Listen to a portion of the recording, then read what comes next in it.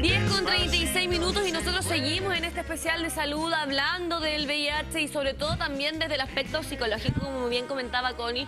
¿Cómo es el acompañamiento? ¿Cómo se puede vivir de la mejor manera, de manera familiar, guiando, ¿verdad?, desde lo psicológico a pacientes con VIH? Y para eso, obviamente, nos acompaña y que venimos en estas jornadas a nuestra querida Pierina Ruggieri. ¿Cómo estás? Un placer tenerte con nosotros una vez más aquí en el Matinal, Pierina. Encantadísima una vez más, hablando de este tema tan relevante y que tanta falta nos hace, porque la verdad que es necesario apuntar a la educación. Aquí necesitamos, como les planteaba previamente, hay dos puntos relevantes. Uno es luchar contra el estigma, contra la discriminación, contra estas ideas predefinidas, preconcebidas respecto de las personas que están con esta condición, con este virus.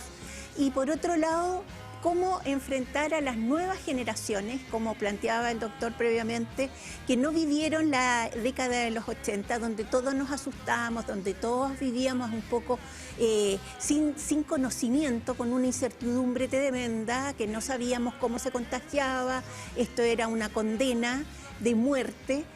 Sin embargo, ahora la medicina ha avanzado, pero estamos en deuda, como decía el doctor, relacionado a la información, la educación, porque es muy relevante, porque las personas que se contagian, tienen esta situación, viven esta situación, se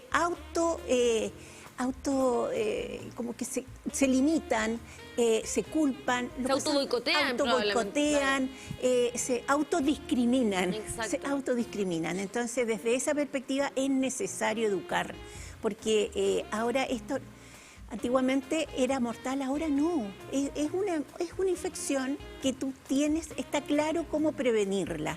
Y si no se pudo prevenir, si no me cuidé, no tengo que autoflagelarme y retirarme del mundo social. En mi vida se ha terminado, porque la verdad que está la medicina, está el avance de la ciencia que nos permite tener una vida prácticamente normal. Sí. Entonces hay que hacer ese cambio. Sí, y lo que queda para el resto, quienes convivimos en la sociedad civil en general, porque comentábamos fuera de cámara, año 2002, teleserie El Circo de las Montini, destacada por ya sea memes que todavía utilizamos, pero que abordaban temáticas súper relevantes. Estamos hablando hace más de 20 años atrás. Y el personaje que interpretaba Néstor Cantillana, Rodrigo Marín, un trapecista, él se entera que es portador del VIH, y para sacar ese estigma también en torno a... Era una persona heterosexual, casado, con su hijo, hija, chiquitita y todo lo que hay, y abordarlo desde esa perspectiva también, de que en el caso que ponían en esa teleserie era que él había tenido un desliz, se contagia y luego se entera de esto. Lo que pasa también, pensando hace más de 20 años y cómo ha evolucionado o no hemos estancado quizá en esto. Temores, yo recuerdo el personaje, me quedaba muy claro porque él tenía miedo de tomar a su guagua, de poder contagiarla. Lo que pasa también con esta temática de, yo creo, esa soledad que se vive al enterarse, tener miedo, ¿qué va a pasar con mi familia, con mi pareja? ¿Habré contagiado a otra persona? Son tantas las aristas que se puede ir abordando, y por eso es tan importante esta contención, lo que podemos hacer el resto en esos momentos de vulnerabilidad, el momento de enterarse de ser portador. Completamente, porque en el fondo uno piensa que ya se acabó la vida. Yo creo que, y también hay una autorrecriminación, ¿cierto? ¿Cómo me pasó? ¿Cómo no me cuidé? ¿Qué fue lo que hice? Y todo esta... ¿Cómo me va a afectar en mis relaciones? ¿Cómo me van a... si yo lo cuento, ¿cuál va a ser la reacción de mis colegas en el trabajo? De mi pareja, de mis amistades, de cómo afectar esto al resto, a mi círculo, a mis hijos o hijas, cómo esto va a generar. Entonces, es tremendamente relevante que haya la única manera, o una de las mejores maneras de revertir este estigma social es por medio de la educación. O sea, tenemos claro cómo se contagia, no es de exclusividad de una orientación sexual, cualquiera puede experimentar o vivir una situación de riesgo como esta, por lo tanto, ¿cuáles son las medidas de precaución que uno tiene que tener? Es relevante que la juventud que está, reitero, viviendo su despertar sexual, está entrando a sus interacciones de distinta índole. Y máxima después de pandemia. Exacto, tenga claro cuáles son las medidas de prevención, porque finalmente mucha gente como que se centra en el no embarazarse, por ejemplo. Claro.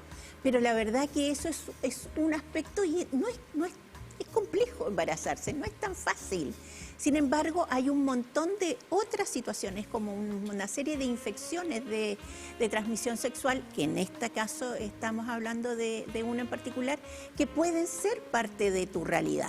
Entonces, el tabú, el estigma, es necesario conversar, porque nuestra sexualidad es parte de nuestra vida desde que nacemos hasta que fallecemos. Y ahí hablamos de la educación, una vez más, sabemos que es fundamental, donde muchas veces hay padres desinformados, padres que no tienen probablemente esa conexión con sus adolescentes, con sus hijos o hijas, ya llegando a una edad donde probablemente ellos van a incursionar en el aspecto sexual. Entonces, ¿qué tan importante se hace justamente tener a familias cohesionadas, familias obviamente con este gran objetivo de querer obviamente informar, querer acompañar, aunque sea difícil, porque me imagino que sí debe de ser difícil. Tremendamente. Al tener hijos de, no sé, 13, 14, 15 años, que obviamente van a pasar por un proceso de querer obviamente autoconocerse sexualmente. Totalmente. Y tenemos que estar al lado de ellos para justamente informar, para justamente contener y para justamente poder prevenir patologías como estas, ¿no? Totalmente, la sexualidad es parte nuestra, como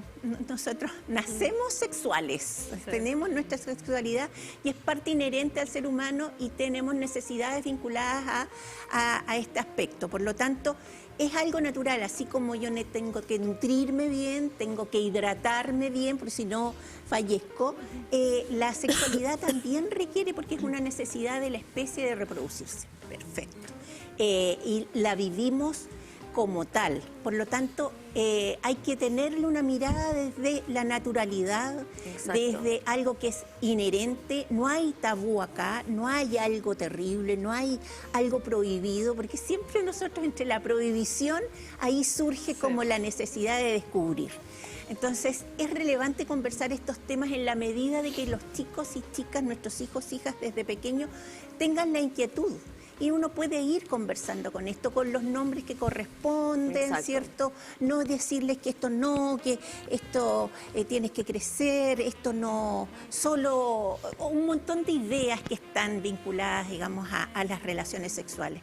Y ahora muchas veces para nosotros, los padres de, no sé, de la edad nuestra, de esta generación, tienen otra mirada a los jóvenes, está mucho más diversa las alternativas, las conversaciones, las fuentes de información. Por lo tanto, es muy relevante no esperar a la adolescencia, sino que lo que quiero transmitir un poco es que la idea es que desde muy pequeños uno tenga conversaciones en función de las inquietudes de nuestros niños y niñas. Nosotros seamos una fuente fidedigna, veraz y oportuna de entrega de información.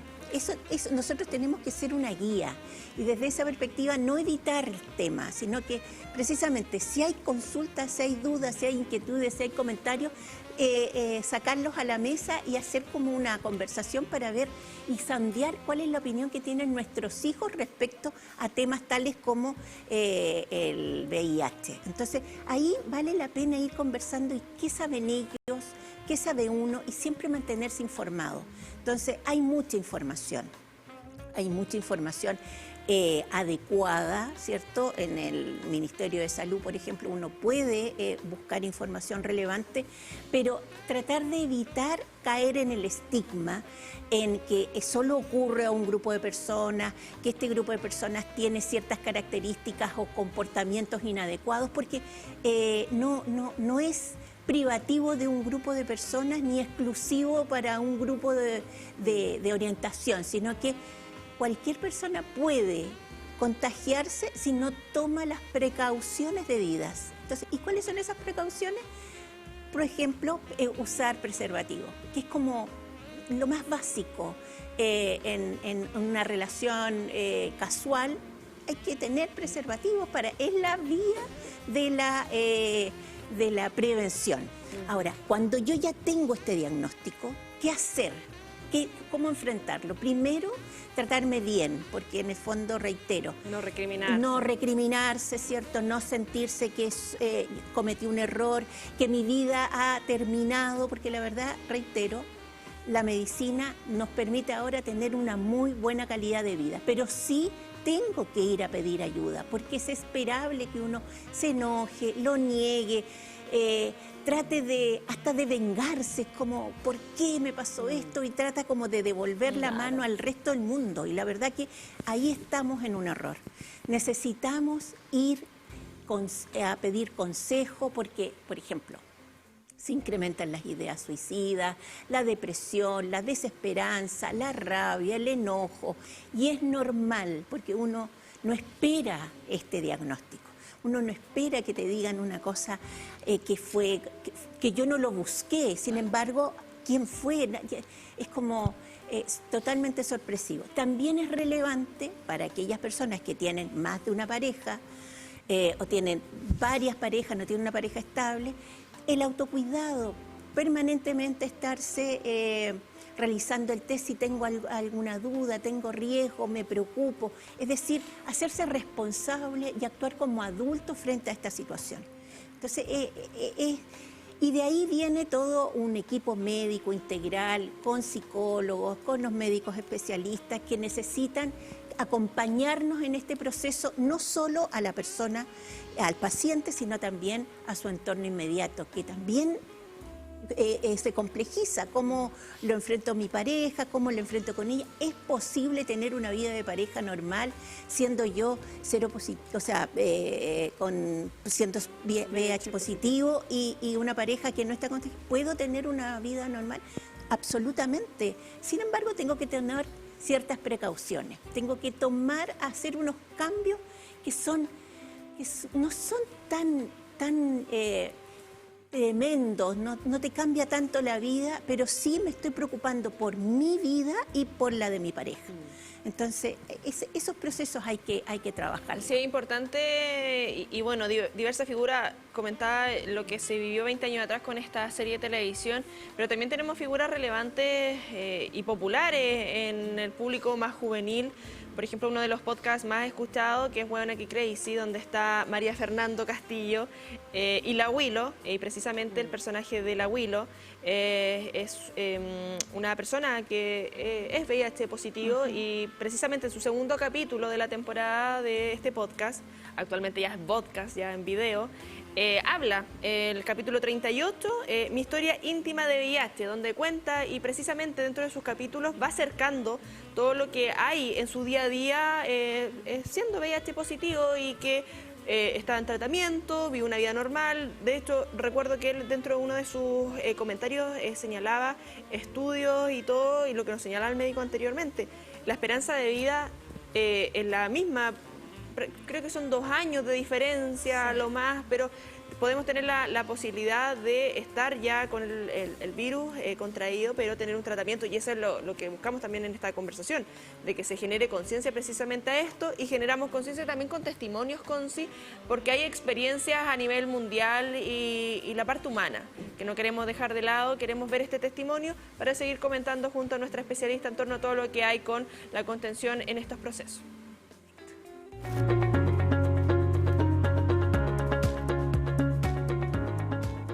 El diagnóstico de VIH siempre supone un impacto emocional para la persona, incluso aunque tenga información por pertenecer a alguno de los grupos vulnerables. Los primeros momentos tras el diagnóstico suelen ser complejos porque la persona tiene su psique, en su cabeza, ideas todavía relacionadas con los primeros años de la infección, ¿no? Y esas ideas le llevan a la persona muchas veces a pensar si, bueno, pues me voy a morir, voy a tener problemas físicos o de salud muy graves, me van a rechazar, ¿no? Sobre todo un peso grande es el del estigma y la discriminación. Fue en la consulta médica, ¿no?, de mi médico de cabecera que durante un tiempo lo pasé mal, no se supo muy bien exactamente de dónde podía venir todo esto, y en unas analíticas que me pidieron, pues me comunicaron por mi serología, ¿no?, de que era positivo.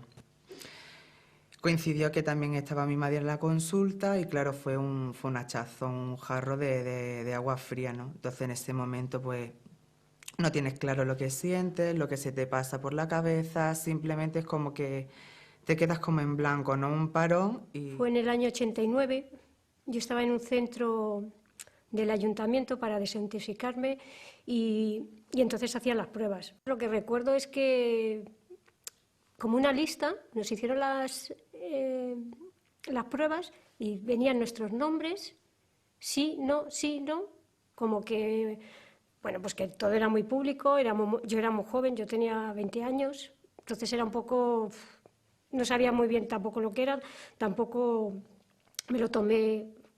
Bueno, yo recuerdo que esa tarde bajé otra vez a ver a mis amigos, bueno, al que era mi pareja, y me di un homenaje, es decir, que era una manera de tapar todo aquello que venía. La búsqueda del apoyo en esos momentos iniciales es un factor clave, ¿no? Tanto en el entorno personal o familiar, pero también en un entorno profesional, ¿no? El encontrar personas que hayan pasado por la misma situación o profesionales que le sitúen en lo que es la epidemia y la infección actual, ¿no? Que es un virus que puede ser controlado médicamente y que la calidad de vida es prácticamente igual al resto de las personas con el tratamiento, sitúa a esa persona un poco en la vida real de tener una infección como el VIH. Tenemos ahí testimonios reales, ¿no? Sí. El poder plantear esa posibilidad de conversar de manera abierta temas como este, Pirina, ver, ¿cierto?, desde la experiencia de las personas que hoy día están con VIH positivo y que sean capaces de expresarse, pero también tener esa contención familiar. Totalmente. Uno de los chicos que justamente comentaba su experiencia estaba con su madre cuando le dieron el diagnóstico. ¿Cuál es la importancia también de preparar a las familias para obviamente tener esa instancia de poder formar parte directa de un proceso como este de aceptación también, ¿no? Sí, en el fondo la contención tiene que ser tanto para el paciente como para su entorno inmediato, porque nadie está preparado Exacto. para un diagnóstico como este, nadie lo quiere escuchar. Por lo tanto, reitero, viene una negación, una rabia, pero luego viene, como bien decía el testimonio, uno se entera de la realidad, se informa y se da cuenta que la verdad es que no es como originalmente se tenía la idea de que en el fondo yo puedo mantener una vida normal, puedo tener una buena calidad de vida, ya no es algo que sea tremendamente, sea una condena de muerte, sino que precisamente yo tengo que preocuparme, sí, de mantenerme en el tratamiento. Eso, la adherencia al tratamiento es tremendamente relevante. De mí depende, ya que no tuve control en cómo me contagié. Está perfecto, eso es una realidad, tengo que aceptarlo. Pero ahora sí depende mi calidad de vida de aquí para adelante. Tomo nuevamente el control de mi vida y asisto a los controles, tomo los medicamentos en los horarios y en la forma que me indique mi equipo médico. La verdad que me preocupo de nuevamente sentirme que yo tengo el sartén por el mango y puedo preocuparme de tener una mejor calidad de vida. Me preocupo de mí, me preocupo de mi entorno. Inclusive se sabe que hay pacientes que eso depende del ciclo de vida en que te toque. Si tú eres una persona joven, todavía te proyectas con hijos, no es una limitante. Existen distintas maneras de procrear, ¿cierto? Que de alguna manera te van a permitir tener esa evidencia. A lo mejor va a ser un poco distinto a la que uno tiene predefinida, pero la verdad que finalmente uno puede lograr todos sus objetivos de vida, puede lograr sentirse en calma y lograr el bienestar personal más allá teniendo esta condición, siempre y cuando yo me asesore bien, lo acepte, me perdone, ¿cierto? Me trate bien y me preocupe de cumplir con lo que los medicamentos me indican para tener una buena calidad de vida. Así que lidere las comunidades, el eslogan precisamente en este día que se conmemora el 1 de diciembre, Día Mundial del SIDA. Agradecerte, Pirina, como siempre, que nos puedas acompañar. Encantadísima, es muy importante. Hay muchas vías ahora, el Ministerio de Salud tiene muchas, hay un fono SIDA, es necesario. atreverse. Si uno tiene una duda, si está como con la inquietud, a lo mejor tiene una leve sospecha, que no se quede en la sospecha, que vaya, que salga de la duda. Y si sale con este diagnóstico positivo, entonces inmediatamente ir y pedir hora con el médico, pedir el apoyo, sentir y que de alguna manera se sientan apoyados. La ciencia lo permite ahora, basta que uno cambie el switch, viva su duelo y de ahí nuevamente se reencante con la vida, porque vale la pena y es posible tener una buena calidad de vida aunque uno esté con esta infección. Ahí tenemos también las redes sociales de nuestra querida Pirina, @psicóloga.pirinaruggieri, para que así puedas hacer las consultas que necesites, que consideres pertinente, ¿verdad? Poder tener también esta conexión real con distintos especialistas que puedan ayudarte a afrontar ciertas realidades como esta y otras de las cuales tratamos estos días lunes de salud.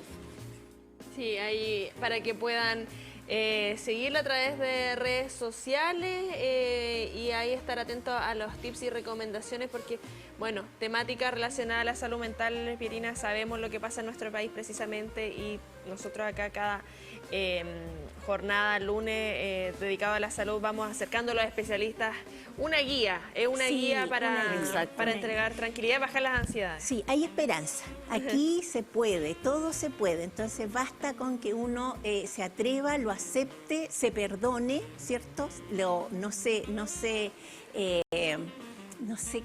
sienta que la vida se ha terminado, sino que precisamente esto es una enseñanza, es una oportunidad para aprender, necesito hacer un cambio en mi vida, autocuidarme, autoquererme, autoaceptarme y buscar la medicina que me permita mantener mi estilo de vida y mi calidad de vida importante. Sí, yo les recomiendo el capítulo 38 de Buena que Crazy, Eric Avilés, que se hace llamar La Willow, explica precisamente el momento que se entere y lo que ha significado durante todo este tiempo, así que recomendadísimo. Sí. Y no discriminemos, es importante eso. Son personas tal cual como nosotros. Nadie está libre, nadie puede condenar a nadie, así que seamos más tolerantes, flexibles y eduquémonos sexualmente. Responsables, tolerantes, ¿cierto? Para así obviamente construir mejores sociedades y con respecto al VIH. Nos vemos en una nueva oportunidad, Pirina, te vamos a estar esperando.